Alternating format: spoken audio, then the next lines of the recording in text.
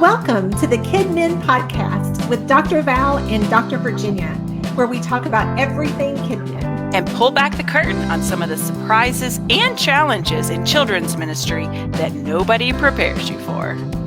I'm Dr. Val, and together we have over 45 years of experience in children's ministry. I'm Dr. Virginia. Valerie and I met over 10 years ago in our doctoral program at Southeastern Baptist Theological Seminary. We are excited to share with you all the great stuff that we have picked up over the years. We want to minister to you, the children's minister. Welcome, friends. Thank you so much for joining us today. We are excited to be back. We're excited to be talking about teaching and children learning. That's really where our heart is, and it's what we love to discuss. And so I'm really glad to be back today, Dr. Virginia. Yes, me too. Me too. Very grateful. So lots of changes, lots of stuff going on, but yes, always enjoy our time together and always enjoy talking and just sharing all the stuff that we're passionate about. So yeah. We're going to continue today in our series talking about learning styles. And since it's been a little bit, I thought that I would just kind of review just a tad in case you hadn't heard any of the previous episodes that we've done. Learning styles is basically a theory that states that every person has a specific learning style that they were born with. It's just the way that our brain learns and processes better. One learning style is not better than another. It actually comes from Dr. Howard Gardner. He did research on learning styles. He actually called them multiple intelligences. And his idea is that each of us are born with that specific way that we just tend to learn better. Now, we all have a little bit of all of the styles. You know, we all are understanding of different styles, and we all have a little bit. But we typically find that there's one way that we not only enjoy to learn best, but we also just do it better. Like we just learn better when it comes naturally. Material is provided in this particular style. And so the thing is, when you're a kid, when you're born, when you're a preschooler, when you're in early education, you just naturally learn the way you naturally learn. So you do learn best in the way that your body was created to learn. Yeah. But as we get older and as we spend more time in formal education, we begin to learn how to learn in other ways. We begin to learn how to sit at a desk and listen to a lecture and take notes. So that by the time that we have grown, we have typically kind of forgotten our learning style, and we have forced ourselves to learn in the way that the education system typically sets out for us to learn. You get conditioned into it. Yes, that's exactly what happens. You just begin. So you kind of start to forget, what your basic learning style was, what it was that helped you understand and learn better. And so those basic 8 styles, and just for the purposes of what we've been doing with the series, as we've been talking with you, is that we've been focusing on 8. If you study Howard Gardner, you learn that he found new ones, he replaced them, he renamed things, he took out, he put back in over the years. So some people may tell you, oh, well, there's more than 8 or there's less than 8, but we are going to basically take you through the 8 original basic learning styles through the series. And so we've already talked about a couple. We talked about visual learners, and visual learners are people who tend to learn better when they see things. They process better when they're able to see them. We talked about kinesthetic learners. Kinesthetic learners are active learners. They learn best when they're moving, and they like things to be active. There are also verbal learners. There are logical learners. Logical learners love math and science and tend to look at things in a very logical way. Very linear. Yeah. There are relational learners, people that learn better with people. And then there's also reflective learners, people who tend to learn better on their own without a lot of people around. There are natural learners, kids and adults that enjoy being outside, and they learn better when they are in nature or working with nature. But today we're going to talk about auditory learners. Yes. And some places you may see, if you're reading about learning styles, auditory learners are also called musical learners. It's kind of like I said, I mentioned that things have been replaced and changed and renamed and reworded, but basically an auditory learner learns best through sound. These kids are sound smart. They understand better with sound. And so we're going to talk about what that means for your classroom and how you can better help auditory learners learn. For me, this is the most difficult one for me to use in teaching. If I had to look at all of the different learning styles and I wanted to implement all of these styles through activities in my classroom, auditory learners are my challenge because I am so not an auditory learner. If I had to pick the one that I learn by least, we all know because we talked about it before, visual is my jam. Like visual is where I am. I need to see things. I like to use my eyesight to learn things. I like to be able to do that. Auditory would be at the bottom of my list.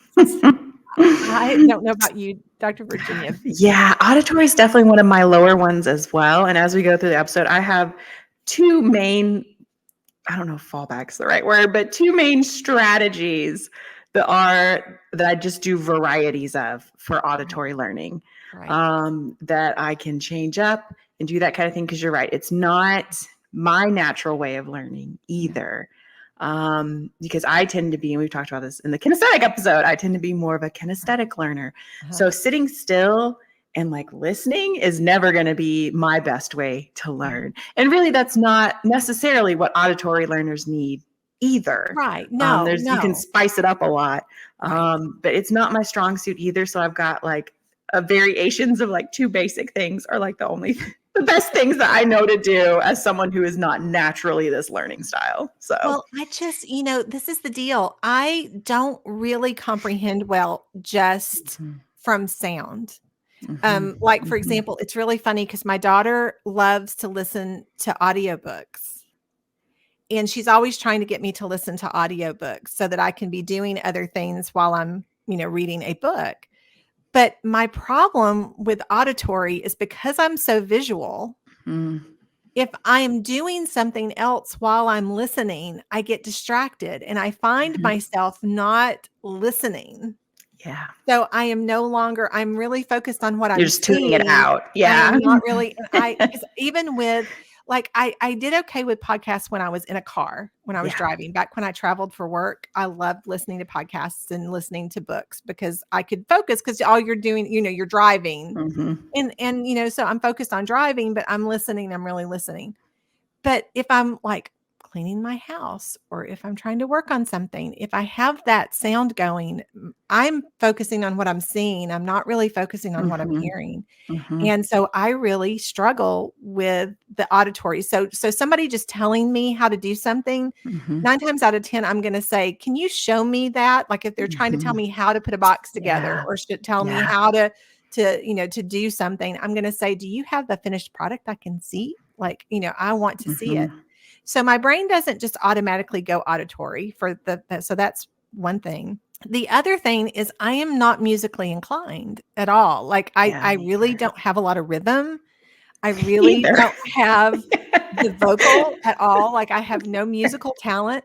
I took piano for 10 years and I can play part of one song. This is like how, like my parents tried so hard and that's just not the way my brain functions. And so I'm not super comfortable singing where anyone can hear me. I love to just sing on my own and, when nobody's around in the car, but I'm not super comfortable with people hearing my voice. So, so I struggle with auditory is basically what I'm saying. It's not that easy for me.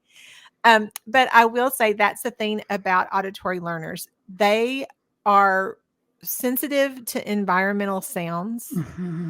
They are very acutely aware of the spoken word of what's being said. They are also very acutely aware of rhythm and melody. So these kids are not going to necessarily respond to having a reading assignment where they're just silently reading, or respond to writing assignments as well, because they are basically looking for that auditory input to be able to understand. Auditory learners are typically going to learn by listening. They would prefer to hear a lecture over reading things themselves. They do prefer to hear instructions over seeing them. So they do need the narration to go along with the visual instruction when you are giving them directions for something. They are going to be focused on listening instead of focusing on seeing. They are the kids that have a really good memory for spoken information. You know, they can quote things back. They can remember things well. They know exactly what their neighbor said. They know exactly what the teacher has said. You know, they are typically going to be having those memories are going to be instilled in them if they've heard them spoken. And they do have strong listening skills. So they do have that ability to really pay attention to what's being said. And I'm just picturing in my mind the kid that's like, don't you remember, Miss Teacher? You said when it was springtime, we could go play on the playground. And you're like, what are you talking about? And they're thinking about 16 weeks ago when it was storming. You told them it's springtime. They could go back out to the playground, and it's springtime now, and they're ready to go. And they remember because they heard it. They heard it, and they're not going to let it go. So it's really important that we remember that we speak truthfully when we speak to our kids anyway, but especially for those auditory learners that are really paying attention. You know, they have good public speaking skills. They're really excellent at oral presentations. They are great at telling stories. These are the kids that are going to be like telling you the very detailed, you know, situation at home of what their parents said to one another as they were getting ready for church that morning. Yes, and their dog's hangnail, and oh yeah, they enjoy talking. And part of the reason why they talk so much is because they do work through their problems by talking out loud. Because they are auditory and because they listen, they're not going to think through things in their mind as much as they're going to want to speak those things out loud as they're processing. So they're the ones that are going to sit there and say, okay, I do this, and then I take this and I put it in this. You know, they're kind of narrating as they're doing the activity. And those are the kids that you might say, okay, Tommy, you need to stop talking because your neighbor's trying to concentrate, but they can't help it because they are very, very focused on the spoken word. They're going to be speaking through how to do something to help them to be able to complete it more efficiently. And this is kind of my husband's personality, is sometimes he'll be like, okay, I just need to like think through this thing. So I'm going to talk about it out loud with you so I can talk and hear and think. And there's been studies, and it's like, I'm just trying to recall this from the back of my mind, but about how some people, as they are thinking and recalling memories, their brain, based on your personality and just how you're wired, your brain will take different neurological pathways. Right. And so for some people, for their brain to take that route to get to that memory, it does involve the spoken word and hearing and listening for their brain to take that path to access that memory that they're trying to get to. And so, so being a verbal processor really is, I mean, it's just part of how their brain is wired and how their brain accesses memories and stores memories. And so it's just part of how God made people. So right. And it's just part of who they are. And we've talked about this a lot as we've talked about learning styles. When you have these children that you kind of constantly remind them to stop doing something, it's not that they are necessarily being difficult or trying to do the opposite of what you're saying. It's just that they are so wired in this manner that that's just the way it naturally occurs. So especially for preschoolers and early elementary, it's really hard for them to fight that natural inclination for the way that they have been created to learn. So that's why they are continually talking, they may not even realize that they're speaking out loud. They do it so much. That's what I say. It just happens so reflexively. They're not even conscious of it. Yeah. Right. And so these are the kids that have to like talk through things to be able to understand it or to be able to complete something. You know, these are the kids that are really great at answering questions out loud, but really struggle with written answers. And so these are the kids that possibly, especially early on in elementary school, that they may be given oral tests because they literally know the answer and they can speak the answer, but they can't necessarily write the answer out because they are so very focused on the auditory aspect of it, of saying it out loud. And so that's why we want to kind of think through that just because a child doesn't write the answer correctly, that doesn't mean that they weren't listening or that they don't know the answer. But it may just be that they're better at saying it out loud. And these are the kids that enjoy talking. You know, they like to talk and they like to hear their voice and they like to spend time talking. They communicate very well typically because they are so great at listening that they, you know, they might pick up a little faster grammatically how to say something correctly or how to give detail so that the detail is done well. So they're able to explain things very well. And so, you know, visual learners tend to try to explain things in pictures. And sometimes that's complicated to do because you're seeing it and you're, you know, I have that issue where I can see it and I can describe it. And I'm trying to describe what I'm seeing in my mind, where an auditory learner really knows the words to choose to be able to explain well.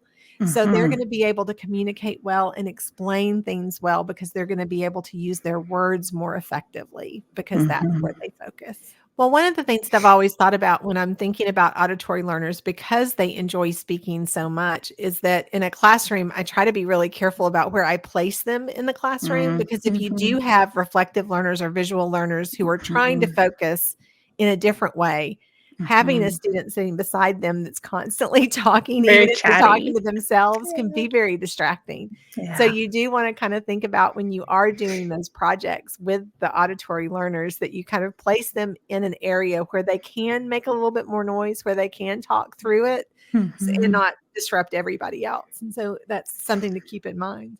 So the strategies that you want to think about for the auditory learners in your classroom would be the types of activities that have to do with sounds and music. And that's why I run into a little bit of a problem with this one. And I have to really get myself focused. One of the first things that's really important is repetition. So repetition helps an auditory learner. The more they hear something, the more they're going to remember it. So anytime you can repeat things, anytime you can tell a story again, these are the kids that it would be really great if, as like, for example, if you teach the Bible story and then you have the kids act out the Bible story after you've told them the story, these would be great kids to narrate the story as the kids are acting it out. So you can have them tell the story while everybody else is acting out the story. Because not only will that repetition help them, but also it gives them the opportunity to be able to narrate. Yes. And kind of in that same vein, one of the things that I like to do with kids a lot as a kinesthetic learner is hand motions that go along with repetition. So, for example, we've been learning through the books of the New Testament because we are studying our way through the New Testament right now. And so every week we practice that with our hand motions. So the hand motions are the part that I like, but we're all together saying out loud, going through our books of the New Testament each week and slowly, you know, building on that as our weeks progress and learning more and more of those books. And so, you know, repeating that, again, doing it with hand motions, is a good way to kind of target multiple learning styles at once. Right. Well, and that's something that is incredibly helpful for auditory learners is not just the repetition of the words, but also anytime you can use rhythm or music to do that is going to be helpful. like, for example, we've talked before about how one of the ways that I tend to get attention in a classroom is to do the clapping where people will follow along, where, I'll stand in front of the classroom and go, and the kids repeat it and it gets them to stop. Those types of activities are really helpful for auditory learners because they like hearing that rhythm and the beat and repeating it back. Like that is going to be something super helpful. So even if you can do that with your Bible verses, if you can clap out the rhythm of a sentence, sort of in a way we used to when we were helping kids learn syllables, we would clap out syllables in a word so that, so you're doing repetition, so that helps them to see that there's, the syllables in a word. If you can do that along with a Bible phrase, so that way they're hearing the rhythm to go along with the phrase, then that's going to be incredibly encouraging for them because they're listening for the rhythm along with the way that they're saying the words. And so that's going to bring an element into the activity that's going to help them with retention.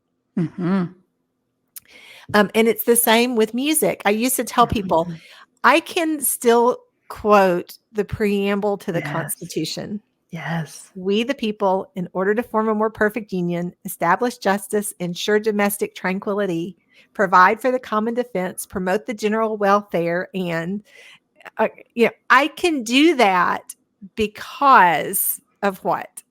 Do you know? Schoolhouse Rock. Yeah, we learned it that way too. Even know? Yes. Yeah. That was sung every Saturday morning during cartoons when I was a kid. And so I did not learn domestic tranquility just from purely memorizing it. In seventh grade, when we had the test for the preamble to the Constitution, I didn't have to study because I knew it so well from that song. And so, yes, music helps everyone learn better. We know that. But for auditory learners, music just ramps it up.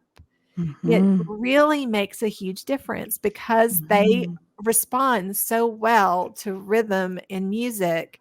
Whenever we can add the information into a song, it's going to help them to be able to remember it better. We've talked before. That's how I learned the books of the Bible. I still sing them in my head because I learned them through song. And even though I'm not an auditory learner, imagine how much more that helps an auditory learner because that is their natural way to learn.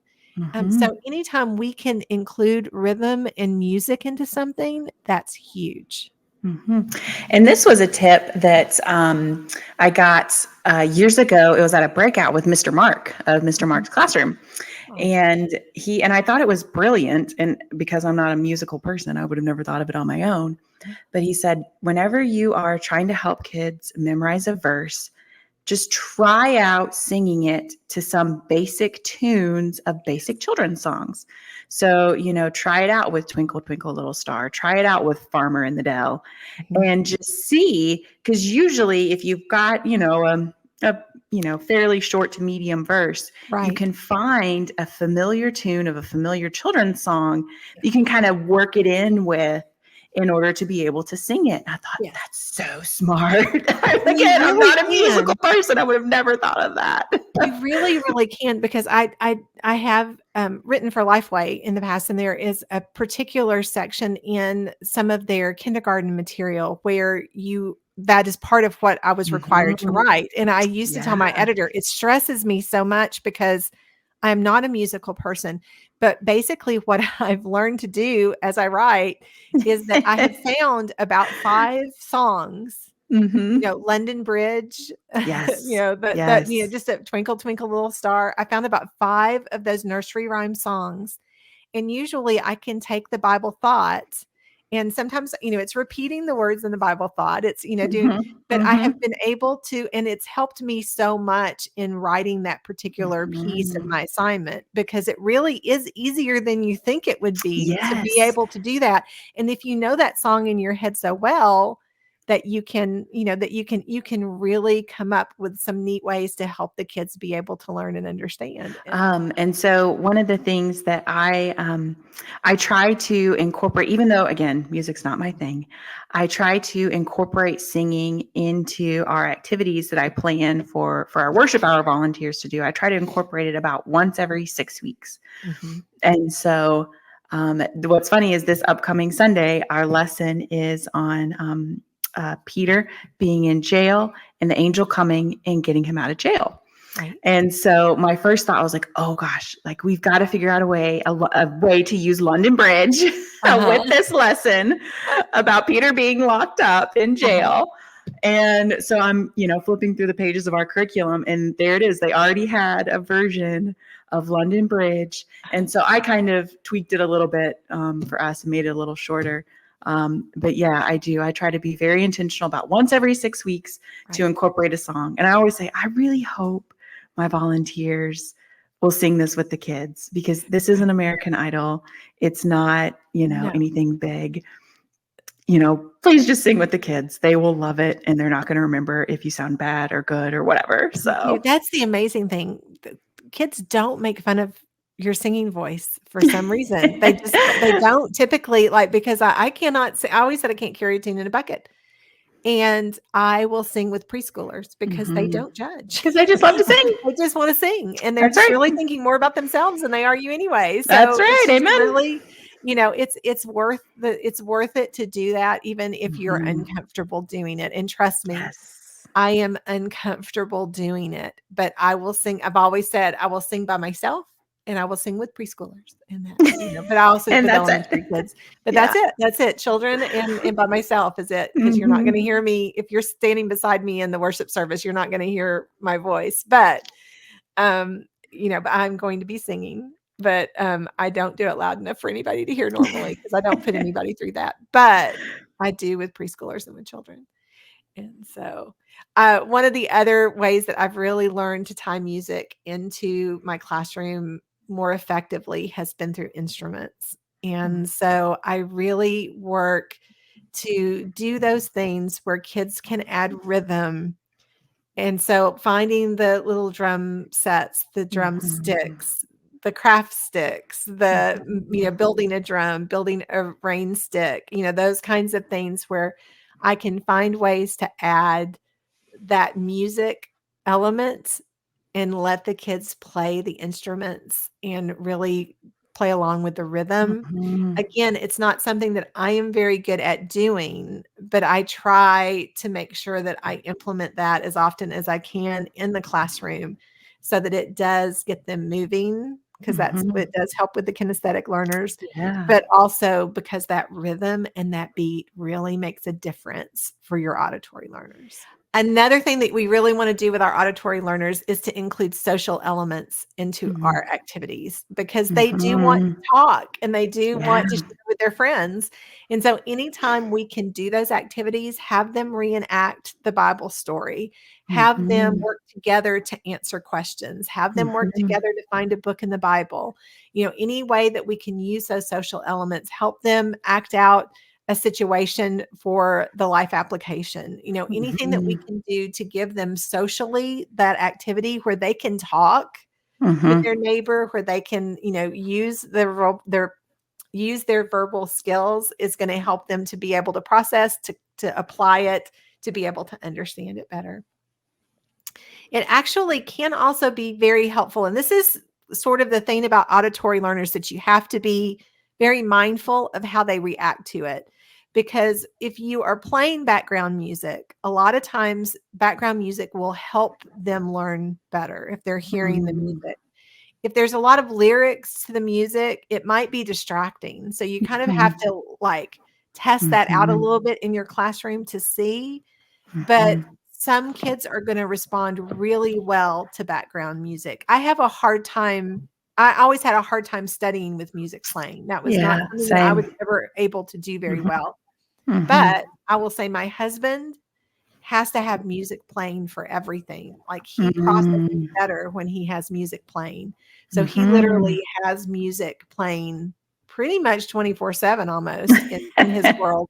Unless he's actually, on video or something where he can't have music going. But Mhm. for him, it helps him to be able to process. It's not distracting for him. It encourages Mhm. learning for him. So that one is one where you might have to try it out and kind of Mhm. see if some soft music playing in the background helps those kids to be able to focus and process more, Mhm. or if it's going to be a distraction.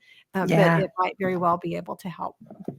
I remember being in 4th grade, and in our math class, whenever we would do our little tests on like our multiplication tables and like that kind of thing, and like long division, I don't know, all that stuff. Yeah. I remember our teacher would do that. She would play music.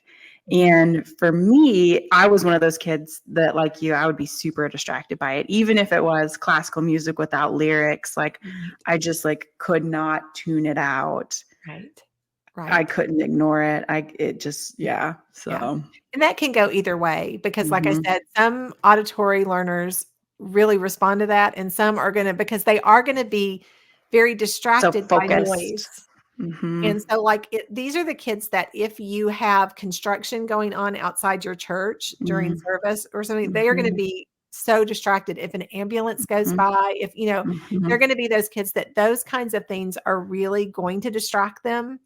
So Mhm. we do want to kind of think through, is this something that's going to be helpful to them, or is this something, because it could go either way with that particular Mhm. one.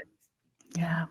Yeah. But these are also kids that really enjoy listening to people read aloud. Mhm. They may not have strong reading skills necessarily themselves because they may have a hard time focusing on the words, Mhm. but they do enjoy listening to directions and things being read aloud. So these are Mhm. the kids that are going to enjoy it when you read a passage or when you Mhm. read something out loud to them. I go back to always saying, I never ask a child to read Yes. in the classroom. If I'm going Mhm. to let the kids participate, I'm going to ask for volunteers. Would Mhm. anybody like to read? Yeah. Because not all kids have strong reading skills, and not Mhm. all kids really read well, and they're Mhm. very self-conscious. And especially if Right. a child has anxiety, they might be an excellent reader, but if they Mhm. have anxiety, Right. they, because I've worked with a lot of kids over the years that their anxiety is so high that even if you ask them their name, they will panic and not be able to say Yeah. it out loud, because Yeah. it's not that they don't know their name, Right. it's They that just you've can't put them on the recall spot with it. that question, and because Mhm. their anxiety is so high, they Mhm. can't process, so they can't actually Right. give an answer. And Mhm. so it's always, I think, important for us to be able to offer the volunteers an option to be able to volunteer. Even if Mhm. you only have a couple of kids that always read out loud, that's fine, because if the kids aren't Mhm. volunteering to read out loud, you're not leaving They don't somebody want out. to. Yeah, they don't want to. So it's And good. you're not, we've said this before, it's not your responsibility to teach them how to read, Mhm. or, to help them with reading issues. We Mhm. want them to love coming to church and to feel comfortable. So we don't want them to Amen. feel like they're on the spot. So you Amen. don't want to do that. But they will enjoy listening. So it might Mhm. be a great thing for you to pair an auditory learner with a child that does enjoy reading out loud, and Mhm. one would listen while the other read. So you can kind of think through Mhm. those things as you're planning your classroom. Well, we hope this has been helpful. I know the learning styles for a lot of people might be something that's new that you haven't heard about before, that you don't quite understand. And I think that it's just a great way for us to be more cognizant of our children and how they're responding to the lessons that we're teaching. And it Mhm. helps us to remember variety, because it's just so important Mhm. for us to be able to Yes. try to reach all the kids in a variety of ways, and that we're Mhm. doing different things in the classroom to keep them engaged and inspired. Mhm. And Yep. so auditory things, the music, the rhythm, the words, even though it might not be something I love to do, it's something that's so important to include in the classroom. So it's one of those things that we have to Mhm. jump outside of our comfort zone to Mhm. be involved in. So we hope this has been helpful. As always, we so thank you for spending time with us, for taking your time to be with us. We hope that this has been useful for your ministry. That is our heart. It's what we want to do.